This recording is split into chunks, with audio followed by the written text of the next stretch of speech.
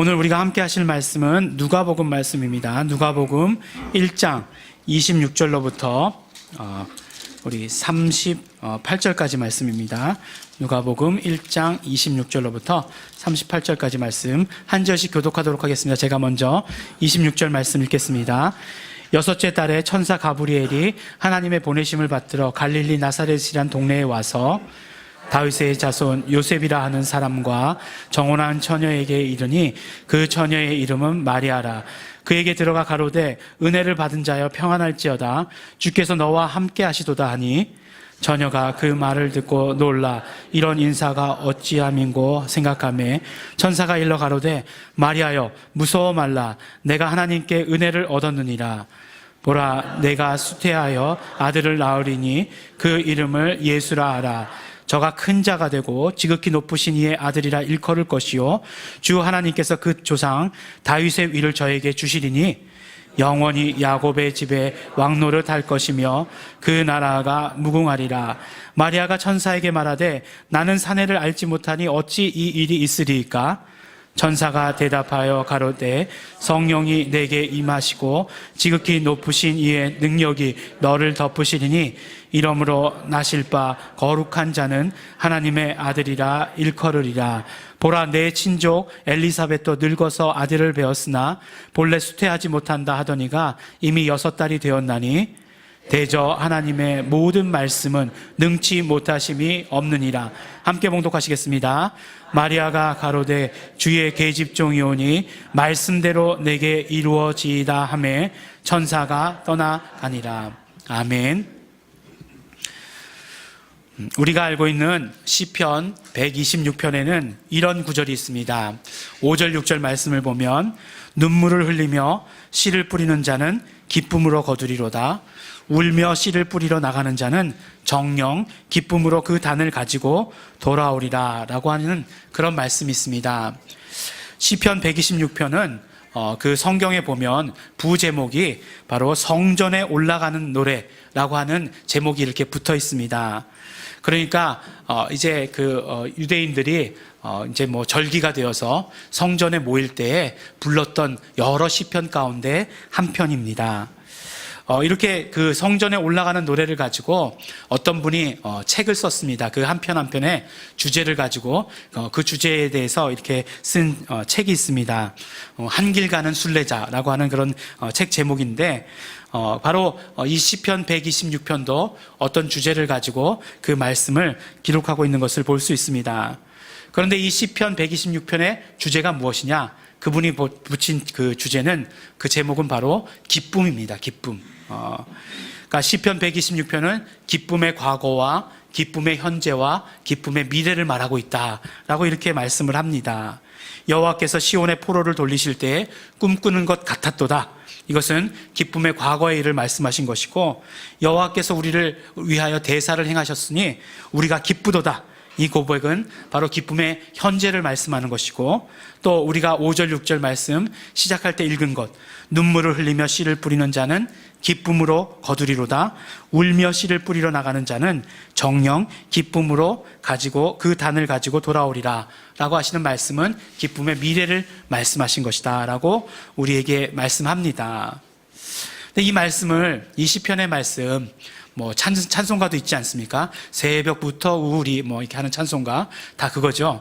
또 뭐 우리 공동체가 열심히 잘 부르는 또 뭐 스페인어 찬양도 있고, 이게 찬양이 있는데 왜 씨를 뿌리러 나갈 때 눈물을 흘리면서 울어야 될까라는 그 구절이 있는가를 이렇게 생각해 보게 되었습니다.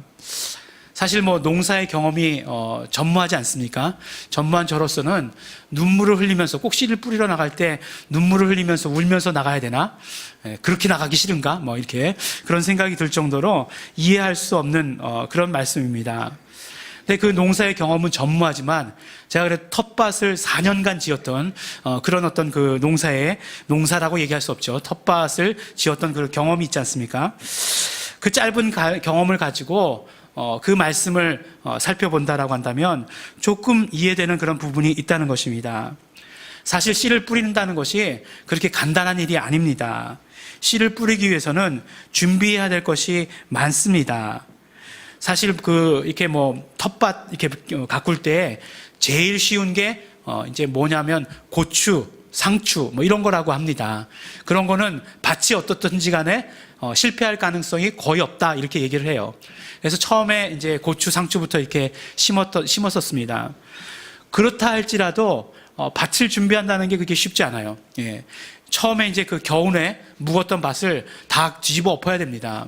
그거를 얼마나 깊이 잘 뒤집어 엎느냐에 따라서 그 해에 풀이 얼마나 나냐, 적게 나냐를 결정합니다. 그러니까 이제 풀 씨앗들이 있을 거 아니에요? 그걸 다 뒤집어 엎어서 다 이렇게 다 땅 속에 들어가게 해야 풀이 덜 납니다. 그리고 또 그걸 뒤집어 엎어야 땅이 또 부들부들해져요. 그 다음에 어떻게 합니까? 그 다음에 또 퇴비를 뿌려줘야 돼요. 그냥 땅만 있으면 좋은 땅이면 괜찮겠지만 항상 농사를 짓기 위해서 미리 퇴비를 뿌려줘야 됩니다. 그리고 그것에다 그냥 심는 게 아니고 고랑을 만들고 이랑을 만들고 해야 합니다. 고랑이 어떤 건가요? 밑에 이렇게 파여진 게 고랑인가요? 예. 이게 솟은 게 이랑인가요? 예. 그렇죠? 예. 솟은 게 이랑이고 파여진 게 고랑이에요. 그 다음에 이제 비닐을 덮어줘야 됩니다.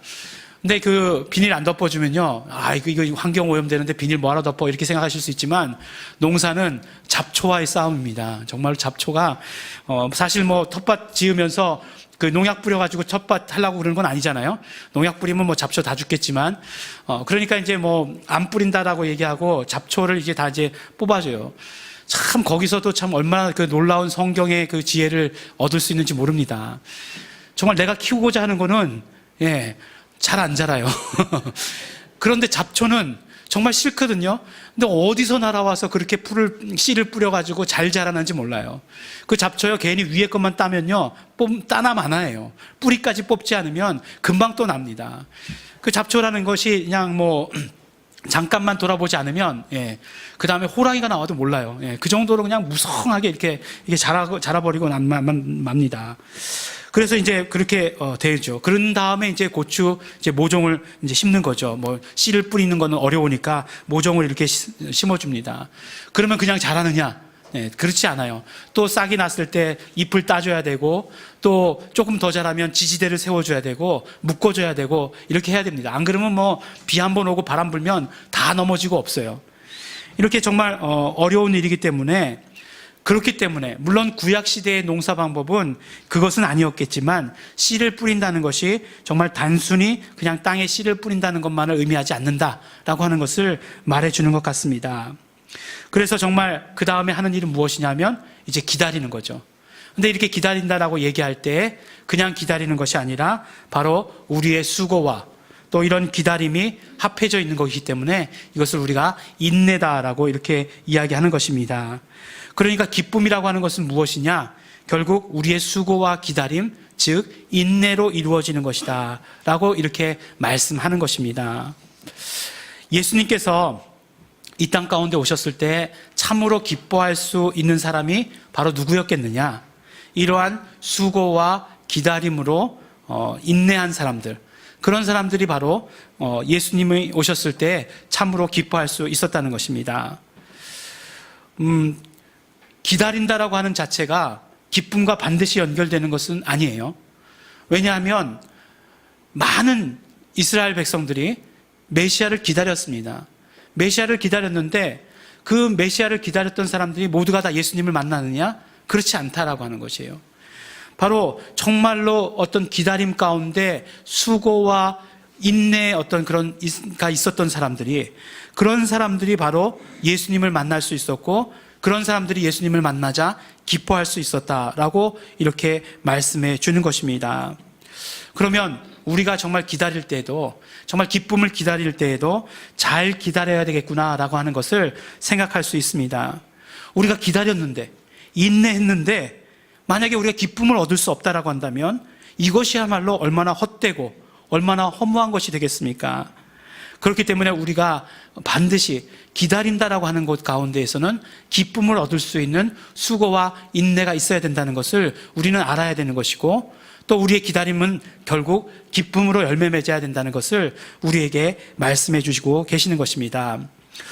오늘 우리가 읽은 본문 말씀은 우리가 너무나도 잘 알고 있는 본문 말씀이죠. 제가 어릴 때 주일학교 다닐 때 크리스마스 때 이제 연극하면 반드시 나왔던 장면 중에 하나입니다. 어떤 장면입니까? 바로 천사가 나타나가지고 마리아에게 알리죠. 아들을 낳을 것이다. 그리고 그 이름을 예수라 하라. 라고 이렇게 말씀을 하시는 그 장면입니다.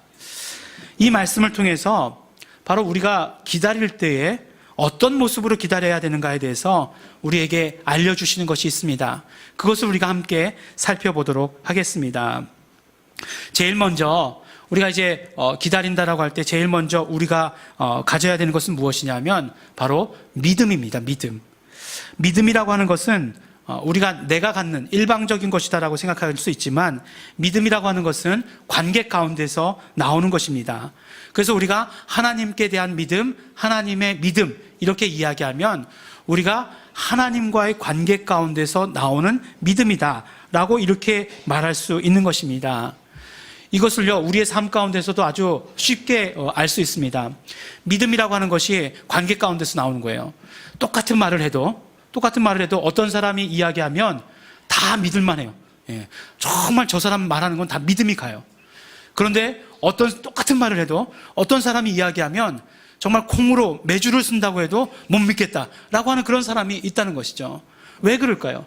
왜 그런가 하면 바로 그 사람과 내가 신뢰관계가 쌓여져 있으면 믿음이라는 게 생길 수 있는 것이고, 신뢰관계가 전혀 없으면 믿음이라는 것은 있을 수 없다는 것이에요. 그런데 또 이런 관계라고 하는 것이 한 번에 확 생기느냐? 또 그렇지도 않습니다.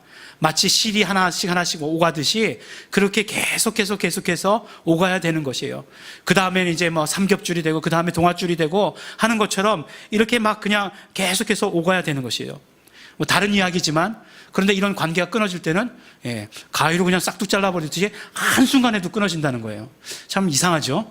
정말 관계를 맺기는 그렇게 어려운데 끊기는 그냥 쉽다는 것입니다. 근데 바로 이렇듯이 마리아가 믿음이 있었다는 것은 그가 평소에 하나님과의 관계가 어떠했다 하는 것을 우리에게 말씀해 주시는 것이에요. 평소에 하나님과 관계가 정말 하나도 없는 그런 삶을 살았었는데 갑자기 천사가 나타나니까 믿음이 확 생겼다. 천사가 하는 모든 말을 다 받아들였다. 이런 것은 있을 수가 없는 일이라는 것입니다. 천사가 와서 이야기했을 때 정말 이해할 수 없는 이야기를 했어요.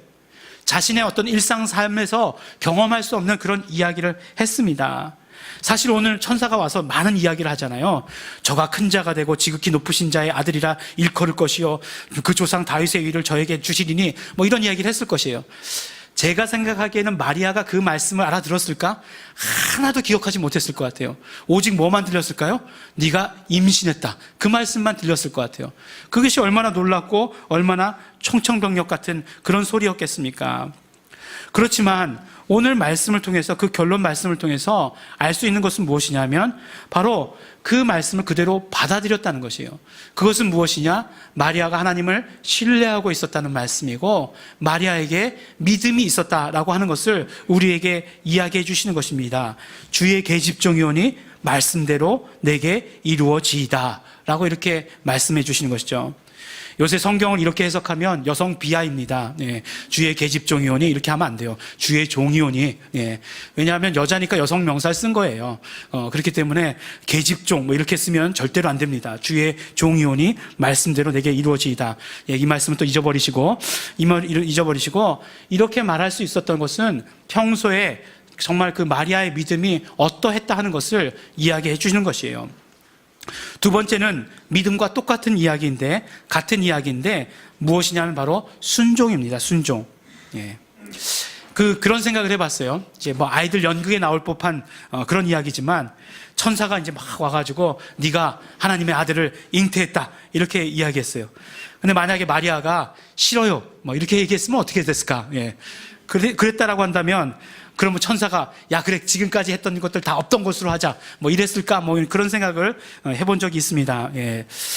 이 목사가 그런 생각을 하면 안 되는 것 같은데 그런 생각을 이렇게 하게 되었어요. 믿음이라고 하는 것과 순종이라고 하는 것은 항상 동전의 양면 같은 거죠. 믿음의 표현용이 순종입니다. 그래서 야고보 사도가 그렇게 얘기하지 않습니까? 믿음이 있다라고 하면서 행함이 없다라고 하면 그 믿음은 헛것이다 이렇게 말씀을 했어요.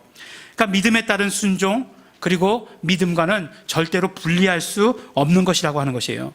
그렇다고 해서 순종을 쉽게 말할 수 있느냐? 쉽게 말할 수 없습니다. 왜냐하면 마리아에게 일어났던 이 일들이 순종하기에는 굉장히 쉽지 않은 그런 상황이었기 때문에 그래요. 정혼하고 아직 결혼하지 않은 처녀가 임신한다는 것은 그 당시에 그 사회에 있어서는 굉장히 심각한 일이었습니다. 어쩌면 죽음을 당할 수도 있는 그런 일이었어요. 하지만 마리아는 믿음에 따른 순종을 택한 것입니다. 그리고 믿음에 따른 순종을 담대하게 택한 마리아는 결국 어떻게 되느냐? 기쁨을 경험하게 되는, 기쁨을 보게 되는 것입니다. 세 번째로 마지막으로 말씀드리는 것은 무엇이냐면 바로 성령 충만입니다. 성령님께서 함께하심, 성령님께서 인도하심, 성령님의 능력이 임하시는 것, 이 모든 것들을 한마디로 우리가 무엇이라고 얘기하냐? 바로 성령 충만이라고 이렇게 말할 수 있습니다. 참 인간이 가만히 보면 얼마나 스스로 견디고 인내할 수 있을까? 이런 것들을 생각해 보면 참 인간은 약하고 변하기 쉽다라고 이렇게 생각이 듭니다. 정말 끝까지 해낼 수 있는, 어떤 일들을 끝까지 해낼 수 있는 그런 능력이 있을까? 의문을 가질 때가 너무나 많이 있습니다. 그렇지만 사실 마리아는 이렇게 성령으로 말미암아 잉태하게 되었다는 이 사실을 그때 당시 예수님을 낳을 당시뿐만 아니라 이 사실을 그 마음에 품고 어디까지 가져가느냐? 바로 예수님의 십자가까지 가지고 간다는 것입니다. 하나님의 아들이라는 죄목으로 예수님께서는 십자가에 달리셨어요. 그러니까 신성모독이죠. 신성모독의 죄목으로 예수님께서는 십자가에 달리셨습니다. 그런데 만일에 하나 그것이 아니었다라고 한다면 아들이 십자가에 달려 고통당하고 죽음당하는 것을 볼 수 있는 그런 부모가 어디 있겠는가 하는 것이에요. 그것을 견딜 수 있는 부모는 아무도 없을 것입니다. 부는 빼놓고라도 모는 없을 것이다라고 하는 것이에요. 정말 마리아가 인간적으로 강했기 때문에 그것을 알 수 있었다, 경험할 수 있었다? 절대로 그렇지 않을 것이다라고 하는 것이에요. 아마 그랬을 것이에요. 하나님 나라를 말하는 것도 좋고 하나님의 뜻을 알리는 것도 좋고 놀라운 일을 행하는 것도 좋지만 그렇지만 살고 봐야 되지 않겠느냐라고 말하지 않았을까라고 이렇게 생각이 듭니다. 그러나 성령의 인도하심, 성령님의 능력, 그리고 성령님께서 함께 하신다라고 하는 그 확신이 마리아의 삶을 이끌고 있었기 때문에 이러한 일은 예수님의 탄생서부터 예수님의 십자가 그리고 영광의 부활까지 함께 할 수 있었던 것, 가능했다는 것이라는 것을 우리에게 말씀해 주시고 계시는 것입니다. 그러므로 우리의 기다림 가운데, 우리의 인내 가운데 정말 어떤 기쁨을 얻기 위해서 오늘 말씀이 우리에게 주시는 메시지입니다. 믿음을 가지고 순종하며 성령 충만해야 한다는 것입니다. 이렇게 믿음을 가지고 순종하며 성령 충만한 사람이, 그렇게 기다린 사람이 결국 예수님을 만나는 기쁨을 얻을 수 있었다라고 말씀해 주시는 것이에요. 기다린 유대인 모두가 다 경험한 것이 아닌 정말 우리가 믿음을 가지고 순종하며 성령 충만했던 사람들만이 기다린다, 경험하게 된다, 그 기쁨을 만나게 된다 말씀해 주시는 것입니다. 그런데 성경을 보면 우리가 또 기다려야 되는 것이 있는 것을 예수님께서 말씀해 주세요. 예수님께서 하늘로 승천하시면서 우리에게 2번을 더 기다리라 이렇게 말씀을 하십니다. 뭐죠? 첫 번째는 성령님을 기다리라고 말씀을 하세요. 보혜사 성령님께서 오실 것이니까 그 보혜사 성령님을 기다리라고 말씀하십니다.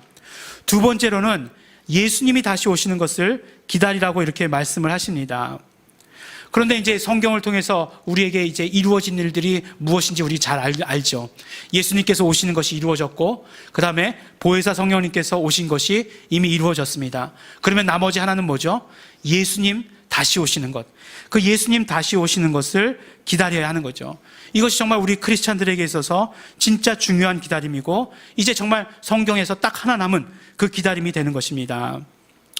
중국에 가보니까 그 한국 찬양을 번역해서 많이 부르고 있더라고요. 그 가운데서도 오늘 우리가 그 찬양 가운데 불렀던 그 마라나타라는 찬양이요. 마라나타, 아멘 주 예수여 어서 오시옵소서. 그 찬양을 막 중국어로 부르더라고요. 그러니까 그렇게 들으니까 원래부터 중국 찬양이었던 것 같은 그런 생각이 들고 그런 느낌이 들었었습니다. 바로 우리가 마라나타라고 이렇게 말씀하는 것처럼 예수님 다시 오시는 것을 우리가 기다려야 되는 것이에요. 그런데 우리가 이 땅에 예수님 다시 오시는 것을 어떻게 기다리는 거냐? 처음에 말씀드렸던 대로 유대인들도 메시아를 기다렸지만 모두가 다 메시아를 본 것은 아니었어요. 그렇다라고 한다면 우리가 다시 오실 예수님을 기다리고 있지만 어떤 면으로 얘기해서 우리가 기다린다고 해서 다 만날 수 있는 것은 아니지 않을 수도 있지 않을까라고 생각하는 것이에요. 그럼 우리가 어떻게 기다려야 되는가? 어떻게 기다려야 되는가? 바로 그 말씀들, 그 메시지가 예수님을 기다렸을 때에 정말 어떤 모습으로 기다렸던가가 우리에게 다시 오실 예수님을 어떤 모습으로 기다려야 되는가를 말씀해 주시는 것이라는 거예요. 예수님 다시 오셨는데, 예수님 오셨는데 성경에서 말씀하시고 계시고 우리에게 들려주시는 그 이유가 무엇이겠습니까? 바로 다시 오실 예수님을 우리가 어떤 모습으로, 어떤 기다림으로 기다려야 되는가를 말씀해 주시는 것이죠. 바로 마찬가지죠. 그러므로 첫 번째 우리가 예수님, 다시 오실 예수님을 기다릴 때에도 믿음을 가지고 기다려야 되는 것입니다. 다시 말씀드리지만 믿음은 하나님과의 관계입니다. 예수님께서 항상 우리와 함께 계시고 함께 하시는 것을 우리 삶에서 경험해야 하는 것입니다. 예수님께서 함께 하신 경험이 그대로 우리에게, 우리 삶에 드러나야 되는 것입니다. 그래서 우리가 그런 하나님과의 관계 가운데 있을 때 예수님 다시 임하시는 우리가 그 소식을 들을 수 있는 것이고, 그 소식을 들을 때에도 정말 우리가 우리의 일상생활의 삶이 아니다라고 생각했을 때에도 우리가 그것을, 하나님의 그 말씀을, 하나님께서 전해주시는 그 소식을 우리가 담대하게 들을 수 있게 되는 것입니다. 그때만이 우리는 정말 기쁨을 경험할 수 있는 것이고 기쁨을 만날 수 있게 되는 것입니다. 두 번째는 우리 마찬가지로 순종해야 합니다. 예수님께서 하신 그 모든 말씀에 우리는 순종해야 됩니다.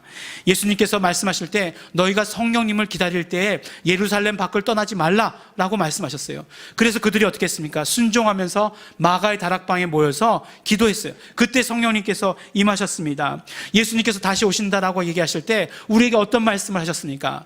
모든 민족에게 땅 끝까지 이르러서 복음이 전해지면 다시 오신다라고 말씀하셨어요. 그러면 우리는 어떨 때, 어떻게 할 때 우리가 예수님을 만날 수 있느냐? 이 말씀에 순종할 때 예수님을 만날 수 있고, 우리가 정말 이 말씀에 순종하며 기다릴 때만이 우리는 기쁨을 경험할 수 있게 된다, 우리에게 말씀해 주시는 것입니다. 예수님께서 말씀하신 그 말씀 가운데 순종해야 되는 거예요. 우리의 상황이 어떻든지 간에, 우리의 지금 모습이 어떻든지 간에 나는 지금 그럴 처지가 아닌데요, 마리아가 얘기했던 대로 나는 남자를 모릅니다, 그럴 처지가 아닙니다 라고, 정말 그런 상황이 아니다라고 얘기했을 가운데서도 그러나 순종했을 때 우리는 정말 예수님 다시 오시는 그 기쁨을 경험할 수 있게 된다고 말씀해 주신 것입니다. 마지막으로 마찬가지로 성령 충만해야 됩니다. 우리가 무엇으로 신앙생활합니까? 내 의지로, 내 습관으로 신앙생활하는 것 절대로 아닙니다. 우리 신앙생활은 성령 충만으로 해야 합니다. 성령님께서 인도하실 때 우리는 정말 사실 진짜 순종할 수 있는 거예요. 내가 내 의지로 순종하는 것 아닙니다. 성령님께서 인도하실 때 순종할 수 있는 것이고, 결국 나의 믿음도 성령님께서 정말 지켜주실 때 우리가 그 믿음을 가지고 끝까지 나아갈 수 있는 것이에요. 뿐만 아니라 우리는 성령 충만을 적극적으로 소원해야 합니다. 성령 충만을 우리가 소원한다는 것, 구체적으로 무엇이겠습니까? 성령님과 같은 말을 하는 것이고 성령님과 같은 일을 하는 것이 우리가 성령 충만을 소원하는 것입니다. 우리가 성령님과 같은 말을 하는 것을 무엇이라고 얘기하냐면 고백이라고 얘기해요. 성경에서 헬라어로 고백을 호모로게오라고 이렇게 이야기합니다.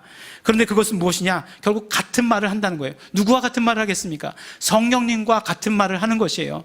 우리가 성령 충만하다는 것, 그러므로 성령님과 같은 말을 하는 것입니다. 성령님께서 무슨 말을 우리에게 들려주시기를 원하고 계십니까? 예수는 그리스도시다, 예수는 살아계신 하나님의 아들이시다, 이렇게 말씀하시면 우리가 그것과 똑같이, 성령님과 똑같이 고백하는 거예요. 예수님 그리스도십니다, 예수님 하나님의 아들이십니다 고백하는 거예요. 예수님 나의 구주이십니다, 예수님 당신은 나의 구주이십니다, 이렇게 고백하는 것이에요. 이것이 바로 성령 충만한 모습이라는 것입니다. 또한 성령 충만함으로 예수님을 증거하는 일을 해야 돼요. 성령님께서 하시는 일, 예수님을 변호하시고 예수님을 증거하시는 일을 하는 것입니다. 그러므로 우리가 어떤 환경에 있든지 간에, 우리가 어디에 있든지 간에 우리는 발걸음을 옮겨서라도 예수님을 증거하고 예수님을 변화하는 그런 일을 해야 하는 것입니다. 이것이 성령 충만이고, 이렇게 성령 충만했을 때에, 이 성령 충만함으로 기다렸을 때에 우리는 다시 오시는 예수님을 경험하게 되는, 맞이하게 되는, 보게 되는 그런 기쁨을 얻게 된다 말씀해 주고 계시는 것입니다. 성찬제를 맞이하고 있는 이때에 우리가 기억하고 또 우리가 힘써야 되는 것은 바로 이 말씀입니다. 우리가 어떻게 다시 오실 예수님을 기다릴 것인가? 예수님께서 성령님을 기다리라고 말씀할 때에도 보니까 함께 모여서 기다리라고 이렇게 말씀하셨더라고요. 물론 우리의 믿음이 중요하고 우리의 순종이 중요하고 성령 충만 중요한데, 예수님께서 오셔서는 이제 모여서 기다리는 것 같아요. 우리 공동체를 이루어서 기다리는 것입니다. 공동체를 이루어서 우리의 믿음을 서로 점검해보고 우리의 믿음을 키워나가고, 또한 정말 하나님께서 말씀해 주신 것이 무엇인가에 따라 순종하고 성령 충만하고 하는 그런 삶을 살면서 바로 예수님 다시 오시는 것을 기다리는 것입니다. 그러면 그 기다림 가운데 우리는 정말 예수님 다시 오시는 것을 보는 그 기쁨을 맞이하게 될 것이다 말씀해 주십니다. 우리 성탄절의 메시지는 이것입니다. 다시 오시는 예수님, 아기 예수, 이것이 성탄절의 메시지가 아니라 이제는 우리가 다시 오시는 예수님을 어떻게 기다릴 것인가, 정말 구체적으로 우리가 어떻게 행동해야 되는가를 말씀하시는 것이 성탄절의 구체적인 메시지입니다. 사랑하는 우리 예일중학교의 성도 여러분, 다시 오실 예수님을 우리가 함께 기다립니다. 믿음과 순종과 성령 충만으로 함께 기다립니다. 지극히 높은 곳에서는 하나님께 영광이요, 땅에서는 기쁨을 입은 사람들 중에 평화로다. 이 말씀이 우리 삶 가운데 그대로 이루어지는 성도 여러분들이 되시기를 예수 이름으로 축원합니다. 함께 기도하시겠습니다. 우리 기도하실 때에 우리 정말 감사하시면서 소원하시면서 기도하시겠습니다. 예수 그리스도를 이 땅에 보내주시고 또 성령님, 보혜사 성령님을 이 땅에 보내주신 것 감사하고 고맙습니다. 이 시간에 우리가 정말 다시 오실 예수님을 기다립니다. 우리가 믿음과 순종과 성령 충만으로 기다립니다. 우리 기다릴 때에 정말 예수님을 다시 만나는 그런 기쁨이 우리에게서 있게 하여 주시옵소서 소원합니다. 우리 다 같이 오늘 들으신 말씀대로 소원하시면서 결단하시면서 감사하시면서 통성으로 기도하시겠습니다.